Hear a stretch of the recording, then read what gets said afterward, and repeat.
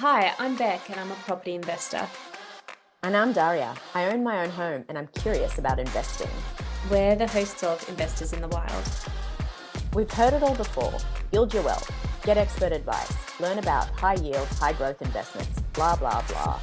That's just not us. We're real mates with real talk about real estate. No ego, no financial advice. It's all about wins you can use right now. Let's get into it. Hello and welcome to Investors in the Wild. This week, let me introduce you to Nadeesha. Nadeesha has bought a few apartments, including off the plan and existing build. She knows a lot about owning apartments. This episode is not just for investors. This is for anyone who's keen on buying an apartment, who wants to go in with their eyes wide open on some of the things that can go quite badly and how to protect yourself against that. Nadeesha, do you want to tell us a bit about yourself? Thanks, Beck, for the lovely introduction. As you mentioned, I have owned a couple of apartments now. Originally, my first apartment, you could classify it as a new build, but it was in Sydney, in Camperdown, and it was a renovated warehouse. From there, I moved to Melbourne and I bought a completely off-the-plan apartment in Melbourne with the intention of living in it. And I did for a little bit. However, it was a bit small, and I think COVID taught us anything but it just needs a little bit of space if we're going into lockdowns, and especially in Melbourne, because we felt like we were in lockdown for the majority of the year. And I decided to then purchase an existing build, which is where I'm living in at the moment. I think you have also had very interesting experiences with strata committees. So let's say you get a great building and there are no issues with the building itself.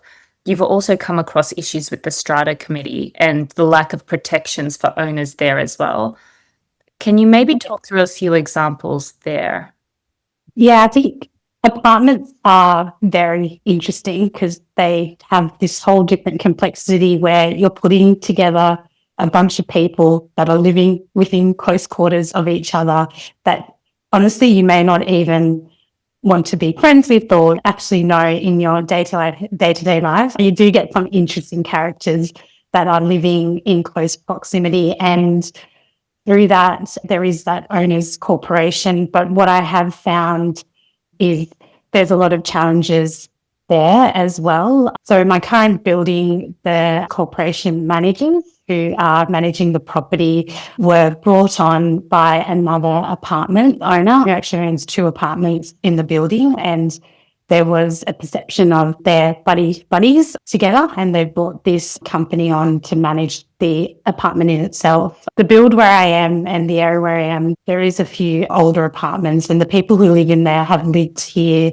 since the time this apartment went up, and it's only recently where there's newer owners coming through. But I remember joining the first AGM, and for the first 15 minutes, people were struggling with technology just to try and get the call up. There were owners screaming out, "I can't hear you," the usual things that do happen in meetings that happen maybe for 1 or 2 minutes. This was like 15 minutes of trying to get everyone's tech working. And then there was very limited review or discussion on the finances, even though we had overspent in certain areas. Everyone was just like, "Oh, okay, let's move on." I left the call thinking, that's a little bit strange. I do recommend if you own an apartment, join the owners corporation, because you're paying strata fees. So you're paying for the upkeep of the entire property. They are not small amounts of money, depending on the amenities that the building has. You could also be paying close to $2,000, $3,000 a year in fees.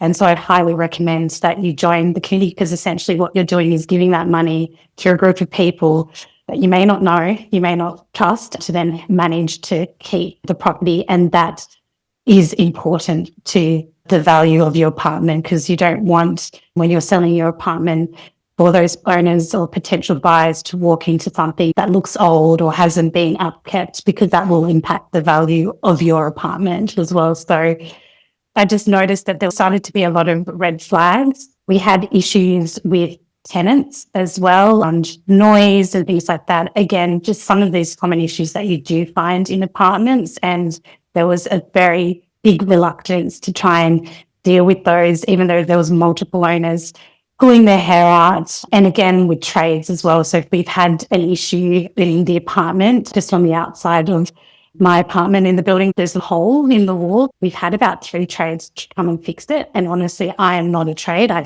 can't do better, but I feel like I can plug this brick in better than they can because, again, the quality's been so bad. One trade came in and put it in and then just decided he might start rendering it. So then there was like a patch of concrete randomly on this wall. And we were like, why did you do that? And he was like, that's the best way I could cover it.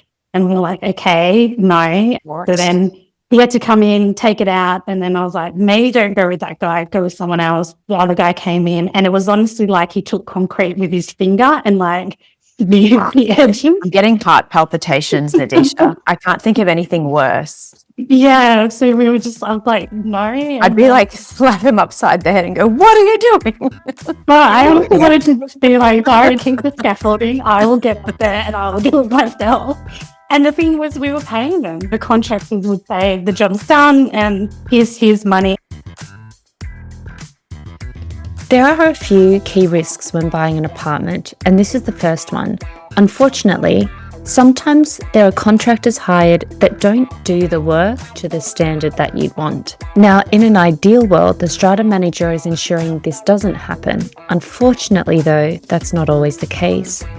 So how can you reduce this risk? Number 1, before buying a place, look at the meeting minutes and see, is there a pattern of reliable contractors being appointed, or is there a pattern where you're seeing multiple contractors coming to solve the same problem but no one really solving it? Also, before you buy an apartment, speak to other owners in the building and ask what the strata manager is like. Do they use good contractors? Are they reliable at getting issues resolved? And then once you buy an apartment, there are some things you can do. Number 1, you can join the committee so that you can be part of these financial decisions being made. And then number 2, you can say to the strata manager that you want to review the costs that come through before they're actually paid out.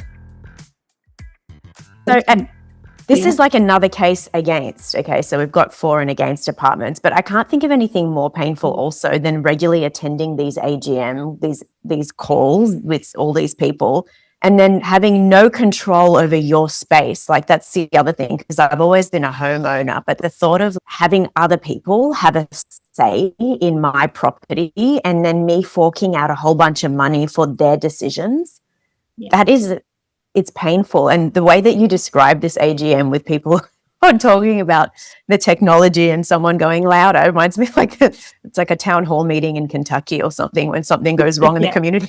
All the town folk gather around. It looks like, how do you deal with that? I And then go after crazy. that- I think I'd just bought my apartment and never come back and let it.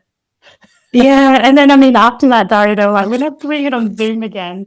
So we used to meet in Melbourne winter. We were like shivering in the garage trying to talk because Melbourne winter gets quite cold. And then thankfully the management company said, oh, you can host in our building. So every month we used to drive to their offices and sit there. And we've had issues with the garden as well. Like the gardener, I'm having an argument with them because they paid money for the gardener to mulch their property and there is no mulch. I have looked at it, I've asked people, but the gardener was like, no, I mulched it. The mulch just blew away. What? That is crazy. We need to close this mulch case. Like, this gardener must be held accountable. Where the hell is the mulch? I reckon you need to get a refund, and I feel like you should be in charge. You should lead the next AGM. Ring the bell, the community bell. I've tried, Daria, but So you've paid for it, and he's or she's not. Is it a he, the gardener? They've not delivered, and it's just now it's a write-off. Wow. Okay. Yeah, you just tell me there's nothing I can do. I just don't understand, as a tradesperson, when you complete a job, you're meant to take a photo of it and show that it's completed. So respectfully, who the hell paid the invoice without looking to see if the job was done? Or even checking with the committee or any owners. So that's what I'm finding here is that this company is just it's getting the trades, and admittedly we approve that, but then the Maybe work. they're in connection with each other. Is that like they might know each other? It might be a friend, a family. This could be a thriving business. Yep. I wouldn't let it go, Nadeesha, if it was me. Yeah, but that's hard though, because I've raised it. Yeah. I've gone to consumer affairs. Oh, you have for this Yeah. for this mulch thing. Yeah. Oh, Nadeesha's got interesting. consumer affairs on speed dial. Yeah, exactly. They're like, oh, another case being raised. Nothing has come of it. Next time I wouldn't pay. I'd be one of those people to say, I can't afford it. Sorry, I'm out. And then get the rest of the residents to. That's crazy if that money's going to waste. And it's like, if the wind blew it, who the hell said? It's like the dog ate my homework. Oh my God. Yeah. Yeah, it's very much like that. Yeah, that's literally what it feels like. You've got more protection when you buy a hairdryer. Yeah. It's ridiculous. Guys, let's stop dissing. Like, hair is very important. I agree. I had a broken hairdryer and I submitted it, got the refund. I'm like, oh, this is what it's meant to do. Where I started arguing with the gardener, like, where is that mulch? I just want to jump in with a quick story.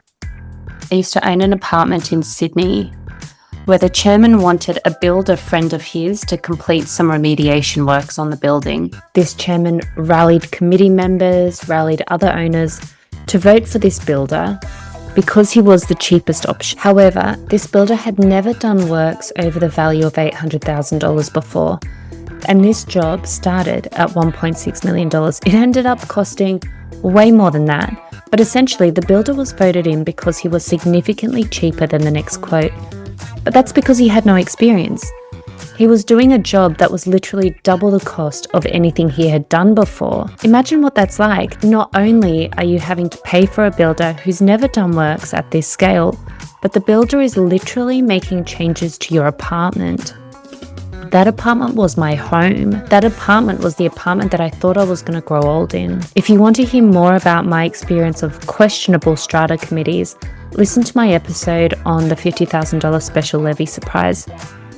And if you feel like a laugh, you should also listen to KJ's episode.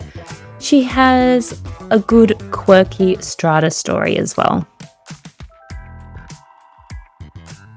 But I think that's a really good point. The hairdryer analogy is really good because for us beginners in this space, like we purchase a lot of items like small goods and we get refunds immediately. Even when we're at fault, we still get refunds. And so you would expect for a big purchase like a whole apartment that there are even bigger laws in place, even bigger protections for consumers. But actually, for the big purchases, it's a completely different playing field to life in general. It's a whole other area that you would have no clue about unless we speak to people like you, as Beck said. You're on your own. You're on your own and God help you. You're on your own. Yeah. Yeah. Nadeesha, I remember us having a really interesting conversation about there was rubbish in a garage and the committee couldn't agree on whether to remove it or not. Do you remember that? There's so many stories where the committee, we don't agree, we don't get along. And yes, there's issue with rubbish where the position of the rubbish bins are, getting them moved back to its rightful place. So the rubbish where I am now it's at the front of the property that was recently moved, whereas we actually have a bin room, which the owners moved because the owners that were on the committee at the back didn't like the rubbish there. So then they just moved it up the front, and trying to move it back they didn't agree to it. But then what's also really annoying is then the behaviours, because there's some interesting characters where if you start to challenge or want to protect your investments, it becomes a little bit of let's pick on them, let's cause problems. So we've had owners come and inappropriately take photos. When you go to these meetings, some of the behaviour is just shocking because we all work for corporate, right? And if that behaviour happened in any of our meetings, HR would get involved. There's really bad language, personal attacks. Jumping in real quick to talk about the issue of owners not getting along and not being able to reach decisions.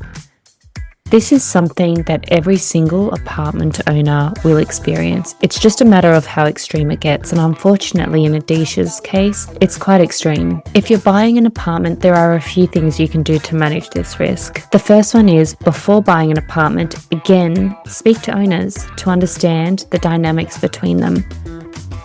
For most of the apartments I've bought, there have been pretty strained relationships between owners, but I didn't reach out to anyone before I purchased the apartment to find out about it. So speak to other owners in the building, understand how they all get along, understand how they reach decisions when there's disagreement. Something else you can do to reduce the risk of owners not getting along is make sure that there's a really solid strata manager managing the building. You want someone who's very skilled at negotiating conflict, very skilled at resolving conflict, someone who has seen this and been able to navigate strata committees through this 100 times. For anyone who's in Sydney, I strongly recommend Chris Gardner, ACM Strata. He is absolutely brilliant. He would be the best strata manager you can ever get.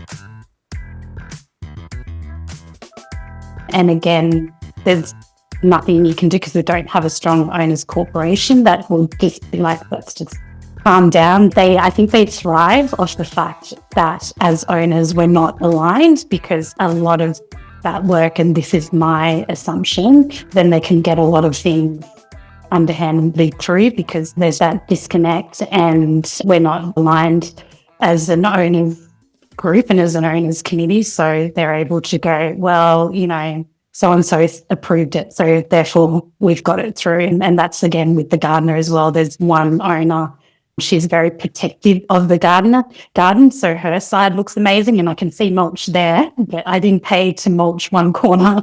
Everyone's paying for the entire building and there's large patches that hasn't been, when I raise it, so-and-so's approved it. So that's it. Here's another risk. Having questionable and or corrupt committee members or strata company. This is potentially the biggest risk that Nadeesha touches on, but there are things that you can do to reduce the risk here as well. Number one, you've heard this before. Before buying an apartment, speak to other owners in the building to understand the dynamics. Don't just anchor on one or two conversations. Talk to a few people because you're going to hear different perspectives, and that will give you an indication of the dynamics. And then the second way that you can really reduce this risk is, again, making sure there is a very solid strata manager managing the building. In this field where I'm living now, if I see a for sale going up and owners coming through, we'll just sometimes politely just say, hello, do you want to chat about what it's like living here and being part of the owners corporation? To your point, Dari, I think it's about your network and who you know, but it's also those people who've had those experiences, sharing them and being honest. Because I know at times, right, and Beck and I have had this chat, like when Beck and I started talking and sharing, I was like, oh, that's a relief. Like I thought it was just me that was being done, and like naively hoping and thinking, surely this developer won't go bankrupt again on me, or surely this strata committee is not crazy. But being open and honest with those conversations and saying, yeah, it's hard and this is all the experiences, I think is really, really important. And I do encourage listeners who've gone through those journeys, it's not a shame. Like I think like anything, it's just a learning journey, and you should be open to it because it will not only help you, but help others as well. Hello again. Every episode we ask you to share the episode with someone who will benefit from it, or follow us, or give us a rating. We have just one ask this time. Please share this episode with someone who is thinking about purchasing an apartment. One of mine and Daria's guiding principles is we're all about real talk, so we can see what's behind the investing curtain and make better decisions. And that's exactly what this episode is about. Everyone wants to talk about their success stories with property, but in this episode and other episodes, we're very open about sharing the things that go wrong in investing and the things that are broken, so we can all learn together and hopefully, eventually, create change and improve, in this case, apartment ownership for all Aussies. So please share this episode so that we can increase awareness of the risks and also increase awareness of the changes that need to happen for all apartment owners, not just investors.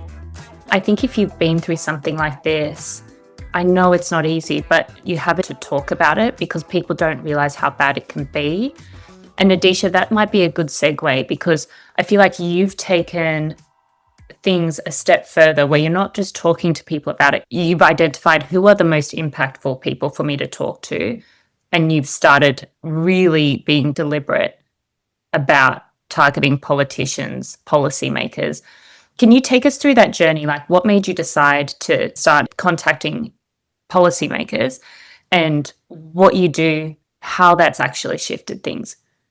Yeah, sure. I started it because, I mean, and we joked about it before, but I think Consumer Affairs Victoria must have my name being like, here she goes again. I was raising case after case after case with, detailed evidence to them being like, help, please help. Like, I'm just at my wit's end. I'm losing money. I'm not getting the outcome I would expect. And it's easier to walk into a store and return something, or if I was working with a trade and I wasn't happy with the outcome directly, it's easier for me to then control that experience versus here, I didn't have control, but I still had to pay the money for it. So I was just honestly in desperation. And all the advice I kept on getting was, okay, go speak to a lawyer, go to a tribunal, go through to mediation.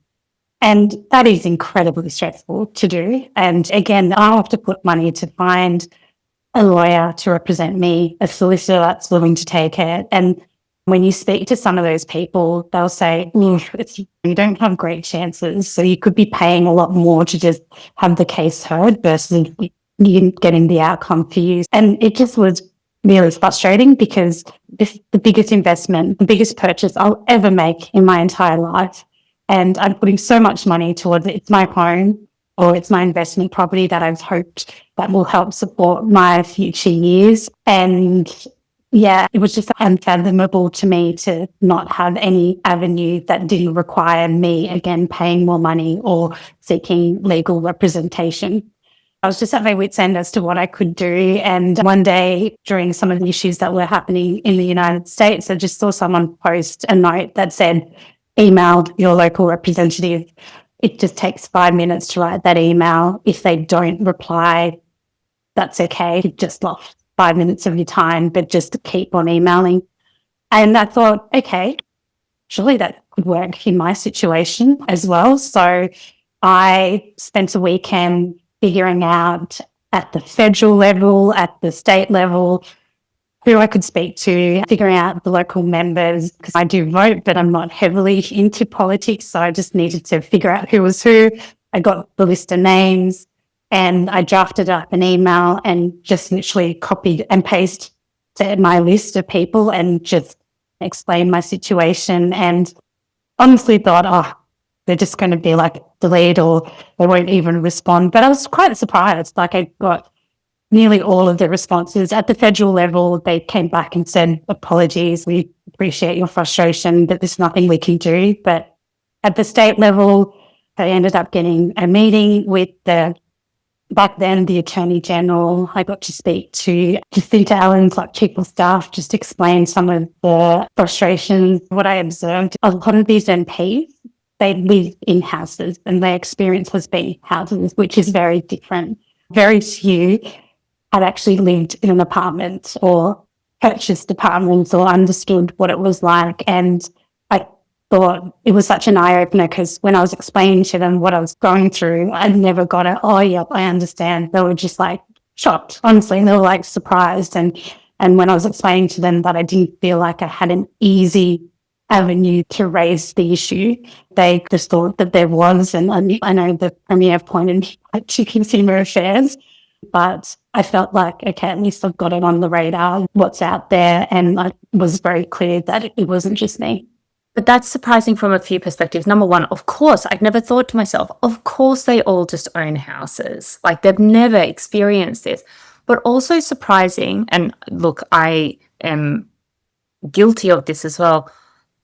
Also, they were surprised, they'd never heard this story from other people as well. When all three of us on this call, maybe we haven't heard stories as vivid as yours, but we all have stories. The fact that they had never really been told about it really worries me, because there is so much suffering and time and money going into this for regular people, but we haven't been telling the people who can actually change things. Their surprises and concerns me. But that's the benefit in listening to someone like Nadeesha, because at the end of the day, these politicians, they're not going to be in touch with every single issue that's going on in the community. But what they do respond to are the loudest voices in the community. That's certainly what happens around my council area as well. So the more people complain on social media, they respond, right, to those complaints. And then it becomes one of their agenda items. Next time they want to be voted in, it becomes one of their priorities, right? So I think that was maybe the first step in educating them. But yeah, keen to understand whether there were any commitments made or whether it was just a meeting that led to like you getting it off your chest. Did it conclude in any way where they said they're going to follow up or do something about it?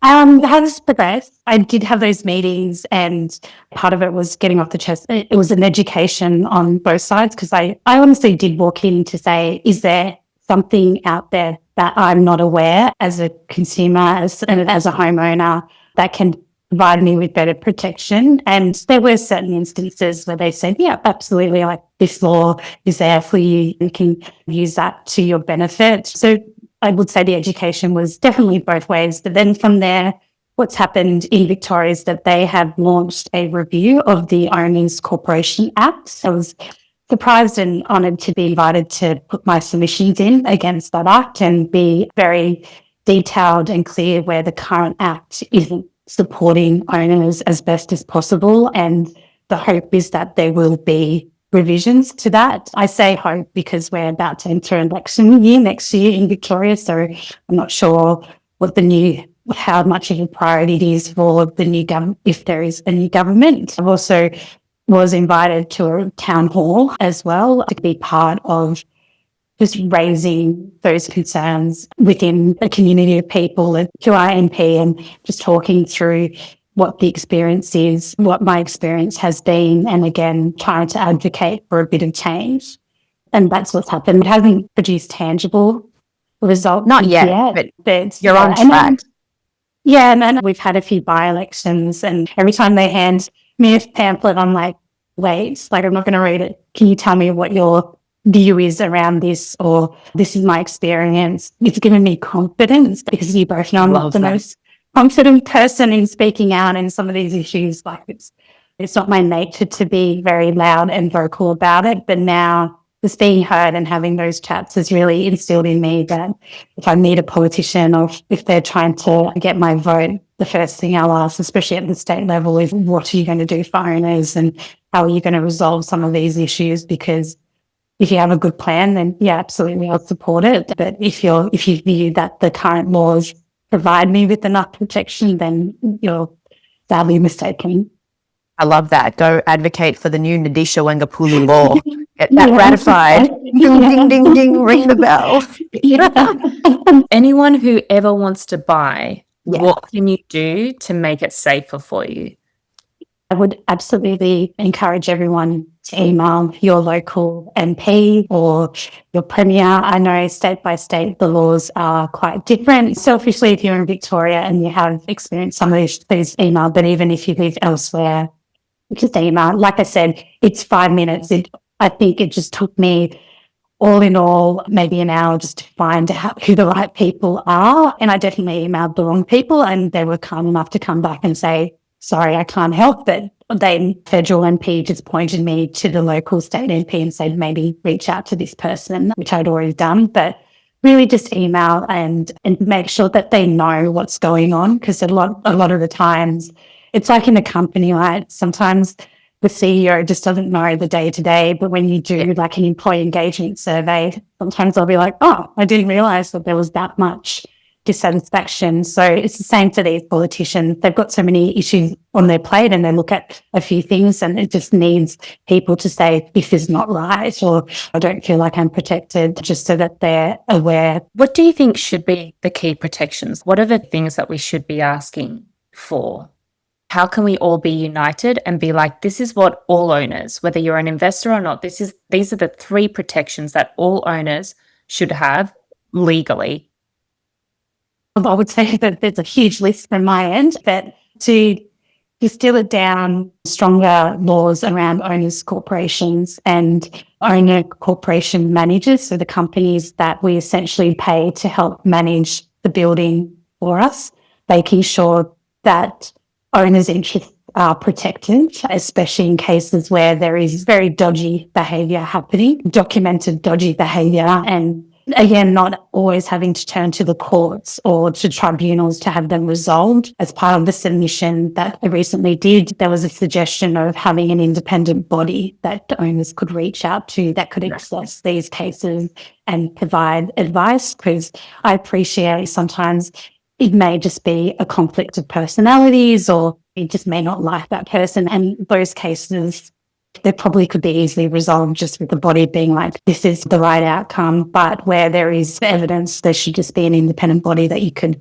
raise it to, in the same way that there is like ICACs for businesses. There should be something for owners to go to and provide this information, and they provide advice back to the owners and investigate. Because the other thing is, if you're dealing with a bad owners corporation manager, what happens? There's nothing.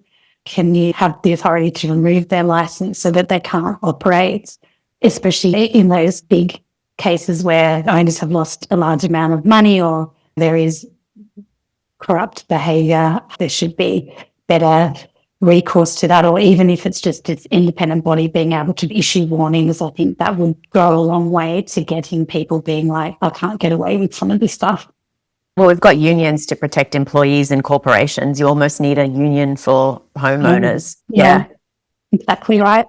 I don't know if this happened in Victoria as well, but certainly in New South Wales, maybe it was Four Corners, did an expose a few months ago where a few of the strata companies were identified as engaging in corrupt behaviour and getting kickbacks from insurance companies. And they were telling their strata boards to adopt insurance that was not in their best interest, but they were doing it because they were getting kickbacks.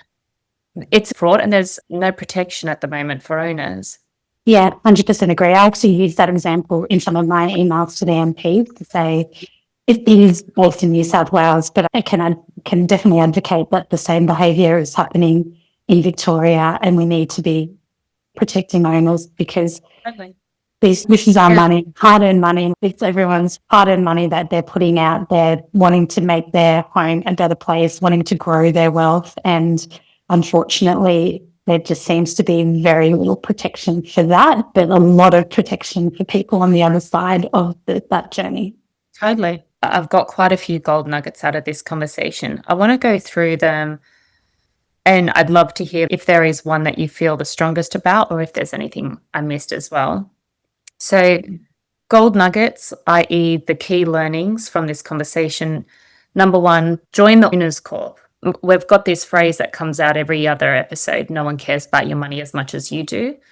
And so you don't want to be in a position where you have, I think you said it, Nadeesha, you have no control, but you still have to pay. So you want to make sure that you have some control in those decisions that are being made. Email the local MP. We will link to the sites where you can find them. And you've said there's one key thing to ask for: stronger laws on owners' corps. We could even use ChatGPT to create a template of, in this paragraph, explain your experience, and then here are the asks that we've got, just to make it really easy for literally people to, as you did, copy, paste, and send to people. Do you feel strongly about one of those more than the others, Nadeesha? Anything else that you would add? I feel very strongly about advocating to your MPs and your government representatives, because that is key to trying to alleviate some of the pressure and removing some of the negative experiences that I've personally had, and I know other owners would have had as well. One thing I would add as well, in the same way that you're researching the developers, if you're buying an existing build, especially in apartments, speak to owners in there as well, so you know what you're getting into. I think I saw on TikToks a buyer advocating to buy apartments, and I put a comment in there being like, apartments are great, but just go in with your eyes wide open and do your research as well. I appreciate apartments are cheaper than houses, probably more readily available, and especially in those CBD areas. So it is attractive, but make sure you do your research and protect your funds. And I know through that, I've gotten a lot of comments being like, what do you mean? And I was like, read through the AGM. If you're not comfortable with that, speak to owners, because I guarantee you there will be an owner that is willing to talk through what's it like living in that building, what are the issues that don't always get documented, to speak to people, because I think you'll get really good insights that will help inform your decision. It was so insightful, Nadeesha. Thank you for sharing your insights. And I love that you're actually trying to make a change on a bigger scale. It's not just your personal problem. You're trying to drive a broader change. And I think it's great to use our forum to do that. And we encourage other listeners to share their stories too, because I think it will resonate with a lot of people. I totally This story. Yeah, I really, really agree. And you're right, to the point that you made earlier, Nadeesha, it was only when I started speaking to other apartment owners that I wasn't like, oh, I didn't just make like an epic fuck up when I bought this place. The system is broken. Like, yes, my decision-making process can absolutely improve, and we've spoken through how, but this system is not built to protect me as I had assumed. I'd gone in with that fundamental assumption. There are basic levels of protection, and that assumption was incorrect. So it's nice knowing it's not just me. Yeah, exactly. And I think, that's the hardest thing. And like I said, I do encourage everyone to be open about it, because I feel like you hear the good stories. Like, I bought this great apartment and then I sold it and got all this growth. Money. And then, moved on to the next. And I was like, you didn't have any issues with the developer. Like, you didn't have any defects. Am I attracting those people? But then, like you said, like just talking to yourself and listening to Katrina's, KJ's stories, I'm like, okay, it's just not me. I think another nugget to add to the list is that what you pay today might not be what you end up paying tomorrow. So before investing in an apartment, make sure that you've got some cash set aside. Basically, what I would learn as well from this is, like, if I'm going to purchase an apartment, it's not that the price that I'm paying shouldn't be the be all and end all. I should allow a percentage that I'm going to save in case of emergencies, because you end up possibly paying much more than you thought for an apartment. Yeah. So don't max out your savings on an apartment. Keep a portion of it for the future in case of a rainy day. Nadeesha, I can't even tell you. I feel mixed emotions, like serious anxiety, but also deep gratitude that we're having this conversation, selfishly so that I can learn, but also I really feel like this plays a very important role in highlighting to others that fundamental assumption of safety just doesn't exist in property. And so thank you for sharing. Thank you for advocating for owners as you've been doing. And I really hope and look forward to being one of the people who speak up as well. So thank you. Thank you. And thank you so much for creating a very safe space to talk about it. Like I said, it's not always easy to talk about your losses as opposed to your wins. And I appreciate it. It's been really fun. It's been an honour having you, Nadeesha, and you're doing something about it, which is amazing. Thank you so much. Thank you for being here. Thank you. Hopefully you really enjoyed that. Nadeesha's been super generous with sharing her learnings on owning an apartment, as well as buying off the plan. As you might have noticed, she's purchased 2 off the plan apartments. We'll do an episode specifically on off the plan in the next few weeks. You do not want to miss this.